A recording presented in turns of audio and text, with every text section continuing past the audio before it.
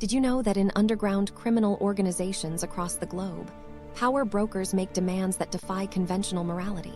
Today, I'm bringing you a story that will shake you to your core. Picture this. A 70-year-old Korean crime lord named Park Jin-woo, feared across 3 continents, sits across from his 18-year-old Nigerian wife, Amara Okafor, with a demand that will change everything. Can we uncover the truth behind this shocking situation? Stay with me as we dive deep into a world where culture, power, and desperation collide in ways you never imagined. Welcome to Afrokorean Storyline, where dark romance meets suspense, passion, and drama. Don't forget to like, comment, and subscribe if you love stories that grip your heart from the first second. Park Jin-woo wasn't just any crime boss. For 5 decades, he had built an empire that stretched from the ports of Busan to the streets of Lagos, trafficking everything from counterfeit goods to information that could topple governments. His weathered face told stories of violence, betrayal, and survival. At 70, most men would be thinking of retirement, grandchildren, peaceful sunsets. But Jin-woo had none of those things. His previous marriages had produced no heirs, and his enemies circled like vultures, waiting for him to show weakness. Enter Amara Okafor. Beautiful, intelligent, barely 18. She had arrived in Seoul 3 years earlier with her family, refugees from economic hardship in Lagos. Her father, desperate to secure their future, had made arrangements with Jin-woo's organization. What started as a business transaction evolved into something more complex when Jin-woo became captivated by Amara's spirit. Within months, they were married in a ceremony that blended Korean traditions with Nigerian customs, though few believed it was anything more than a strategic alliance. The age gap between them wasn't just numerical, it was generational, cultural, and moral. 52 years separated their births, entire lifetimes of difference. Yet here they were, bound by circumstances that neither had fully chosen. The implications of their union rippled through both communities, sparking conversations about exploitation, survival, and the price of security in a world that offered few guarantees. Amara's life had transformed overnight from struggling immigrant to the wife of one of Asia's most dangerous men. The luxury that surrounded her felt like a gilded cage. She lived in a fortified compound in Gangnam, where armed guards monitored every entrance and security cameras captured every movement. Her days were structured around Jin-woo's schedule, his preferences, his world. The ethical challenges were staggering. At 18, Amara should have been discovering herself, pursuing education, building friendships. Instead, she navigated a treacherous landscape of organized crime, where every conversation could be a test of loyalty and every relationship a potential threat. The Mafia culture Jin-woo demanded absolute obedience, especially from women. Traditional Korean patriarchal values merged with Nigerian expectations of wifely duty, creating a suffocating environment where Amara's own desires seemed irrelevant. She felt the weight of both communities watching her. The Korean members of Jin-woo's organization viewed her with suspicion, an outsider who might weaken their leader. The Nigerian diaspora community whispered about her family's choices, some sympathizing with their desperation, while others condemned what they saw as selling their daughter. Amara existed in a liminal space, belonging fully to neither world. The power imbalance was undeniable. Jin-woo controlled everything, her finances, her movements, her future. He was kind in his own way, never physically violent, but his control was absolute. He would stroke her hair while discussing business deals that involved human suffering. He would buy her expensive gifts while his subordinates intimidated her family. Love and manipulation became impossible to distinguish. At night, Amara would lie awake wondering about the path not taken. What if her family had stayed in Lagos? What if they had chosen poverty over this compromise? But she knew these thoughts were futile. Survival had demanded sacrifice, and she was that sacrifice. The question that haunted her most was whether she would ever reclaim her own agency, or if she would remain forever defined by her relationship to this powerful, aging man. To understand Park Jin-woo was to understand a very specific trajectory of post-war Korean organized crime. Born in 1954, he grew up in the aftermath of the Korean War, in a Busan that was rebuilding from rubble. His father had been a petty smuggler, his mother a woman who did what she had to do to feed her children. Jin-woo learned early that the world was divided into predators and prey, and he was determined never to be prey. By his 20s, he had already earned a reputation for ruthlessness. A rival gang member who stole from him was found floating in Busan Harbor, his hands severed. Jin-woo didn't just punish disloyalty, he made examples that would echo through generations. He built his empire methodically, making alliances when beneficial, eliminating threats without hesitation. By 40, he controlled most of the illicit trade flowing through southern Korea. But Jin-woo's ambitions extended beyond Korea. In the 1990s, he began forging connections in West Africa, recognizing the potential of emerging markets and the opportunities in chaos. Nigeria, with its oil wealth and political instability, became particularly interesting to him. He established networks in Lagos, partnering with local operators who could navigate the complex tribal and political landscape. These partnerships required trust, and in Jin-woo's world, trust was often sealed through marriage and blood ties. His relationship with Amara wasn't his first attempt at creating such bonds. 2 previous marriages to Korean women had ended without children. One wife had died from illness, the other had left him, choosing exile over continuing their marriage. These failures haunted Jin-woo. In traditional Korean culture, a man's legacy lived through his sons. At 70, facing his mortality, the absence of an heir felt like the ultimate failure. When he met Amara, something shifted in him. Perhaps it was her youth, which he mistook for possibility. Perhaps it was her strength, which he interpreted as the stubbornness needed to survive in his world. Or perhaps it was simply desperation, the knowledge that time was running out and she represented his last chance to create something that would outlive him. Their relationship dynamics were complex. Jin-woo genuinely believed he was providing for Amara, giving her opportunities her family could never have afforded. He saw himself as protector, provider, and patriarch, roles his cultural conditioning had taught him were noble. He couldn't see, or chose not to see, that these same roles required Amara to surrender her autonomy, her dreams, her very self to his vision of what their life should be. Amara, for her part, had learned to read his moods, to anticipate his needs. She had become fluent in Korean, studied his preferences, and learned to navigate the dangerous waters of his organization. She was smarter than he knew, observing everything, filing away information that might someday prove useful. She played the role of devoted wife, while her mind remained her own private territory, the only space where she was truly free.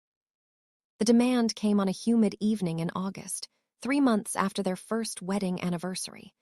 They were dining alone in the compound's private quarters, a rare moment of intimacy in their otherwise orchestrated life. Jin-woo had been unusually quiet throughout the meal, and Amara sensed something was coming. She had learned to recognize the signs, the way he would retreat into himself before making pronouncements that would reshape her reality.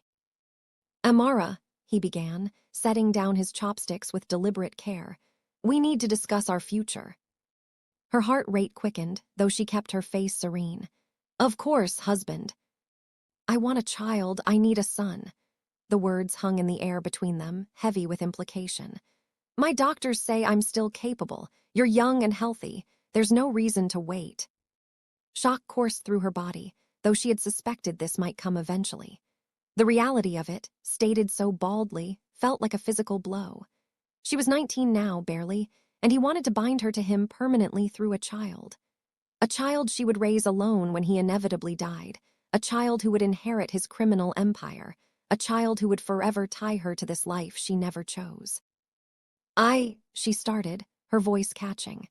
Fear gripped her, fear of pregnancy, of childbirth, of raising a child in this world. But deeper still was the fear of refusing him, of what such defiance might cost her and her family. Jin-woo's kindness had limits, and she had seen what happened to those who disappointed him. "You seem hesitant," he observed, his voice carrying a warning tone she knew well. "I'm just surprised," she managed. "I'm honored that you want to build a family with me, but I'm still so young. I thought we might wait a few years." "I'm 70 years old," he said flatly. "I don't have years. My enemies know I have no heir, and it makes me vulnerable. It makes us vulnerable. A son would change everything. He would secure our position, unite our families, create something that transcends both of us. The duty in his voice was unmistakable. This wasn't a request or even a discussion. It was an expectation, and her role was to fulfill it. Amara felt her throat tighten, her carefully constructed composure beginning to crack. Her health, her body, her future, all of it was being decided for her, as if she were a resource to be utilized rather than a person with her own will. "When?" she whispered. "We begin trying immediately. I've already consulted with specialists who will monitor your fertility and health throughout the process. I want to ensure the best possible outcome." The clinical nature of his planning horrified her. He had reduced their most intimate moments to a medical procedure, a business transaction with a specific deliverable. Yet beneath her horror, Amara felt something else stirring, a fierce determination to survive this, to find some way to maintain her humanity in a situation designed to strip it away. The news of Jin-woo's intentions spread quickly through his organization. In the hierarchy of Korean organized crime, an heir meant stability, continuity, and the promise that their operations would continue under familiar leadership. Some of Jin-woo's lieutenants celebrated, seeing it as a sign of their boss's continued virility and power. Others worried, questioning whether a child born to an African mother would be accepted as a legitimate heir in their traditional structure.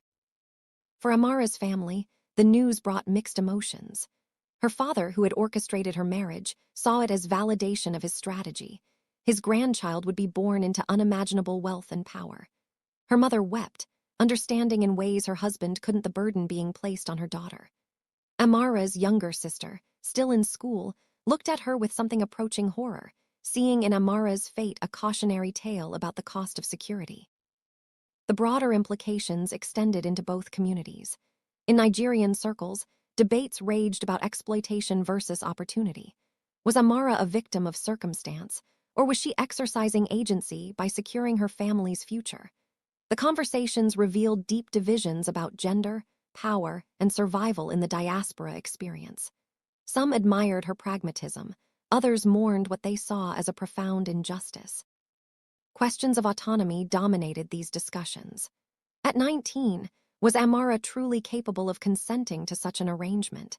Could consent exist in a relationship so marked by power imbalance? These weren't abstract philosophical questions. They were real dilemmas that challenged both communities to examine their own values around marriage, family, and duty. The psychological toll on Amara was immense. She began experiencing anxiety that manifested in insomnia and loss of appetite. The compound's doctor prescribed medications, but they only dulled the edges of her distress. She found herself looking at her own reflection and seeing a stranger, a young woman whose body was no longer her own, who existed primarily as a vessel for someone else's legacy. Yet Amara was resilient in ways that surprised even herself. She began documenting everything in a private journal, written in Igbo so that even if discovered, few in Jin-woo's organization could read it. She recorded the contradictions of her life, the moments of genuine connection mixed with profound exploitation.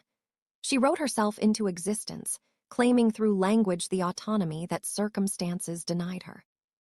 She also started building quiet alliances within the compound. Other women who worked there, cleaners, cooks, translators, began to see her not as the boss's pampered wife, but as someone navigating impossible circumstances with grace. They shared stories, advice, and small acts of rebellion that helped Amara maintain her sense of self. These connections became her lifeline, proof that even in the most controlled environments, human solidarity could flourish. 6 months after Jin-woo's demand, Amara stood in the compound's garden, one hand resting on her slightly swollen belly. She was pregnant, the reality of it both terrifying and oddly empowering. The child growing inside her was half hers, would carry her DNA, her heritage, her story. Jin-woo had gotten what he wanted. But Amara was beginning to understand that this child might also be her path to a different kind of power. She had spent these months planning. The journal continued to grow, documenting not just her experiences, but also information about Jin-woo's operations, names, dates, locations. Knowledge was currency in his world, and she was accumulating wealth he didn't know she possessed. She didn't know yet what she would do with this information, but having it made her feel less helpless. The truth behind their situation was more complex than any simple narrative of victim and victimizer. Yes, Amara had been placed in circumstances not of her choosing. Yes, the power dynamics were fundamentally unjust. But within those constraints, she was finding ways to exercise agency, to shape her own story even as forces beyond her control shaped her circumstances. Jin-woo, for his part, was transformed by the pregnancy. He became almost gentle, his usual harshness softened by the knowledge that his legacy would continue. He didn't see that in protecting his heir, he was also protecting Amara's growing power. A mother in his world held a sacred position, and once she gave birth to his son, he was convinced it would be a son. Her status would be untouchable. The lessons from their story are uncomfortable ones. They force us to confront questions about survival, about the choices people make when all options are bad, about the way power operates in intimate relationships and across cultures. There are no easy answers, no clear heroes or villains, only human beings navigating impossible circumstances as best they can. Power dynamics in extreme relationships reveal truths about all relationships. They show us in stark relief the ways control operates, the importance of autonomy, and how easily both can be disguised as care or protection. Amara's story challenges us to think critically about consent, about the structures that limit choice, and about the resilience required to maintain humanity in dehumanizing circumstances. Cultural pressures and moral dilemmas don't exist in abstract spaces. They play out in real lives, in real bodies, with real consequences. Amara's pregnancy represents both a victory for Jin-woo's patriarchal vision and a potential foundation for Amara's future independence. The same event holds multiple truths depending on the perspective from which we view it. This story doesn't have a neat ending because it's still unfolding. Amara's child will be born into a world of privilege and danger, carrying both Korean and Nigerian heritage, embodying the contradictions of their parents' union. What kind of future awaits them? What choices will Amara make as a mother that she couldn't make as a wife? I want to hear your thoughts. Drop a comment below sharing your perspective on this complex situation. Do you see Amara as a victim, a survivor, or something more nuanced? How do cultural contexts shape our understanding of consent and autonomy? These conversations matter, and your voice adds to our collective understanding. If you're interested in exploring more stories about power, culture, and survival in unexpected places, check out my other videos where we dive deep into the human experiences behind headlines. And don't forget to like, share, and subscribe to keep these important conversations going. Until next time, stay curious and stay thoughtful.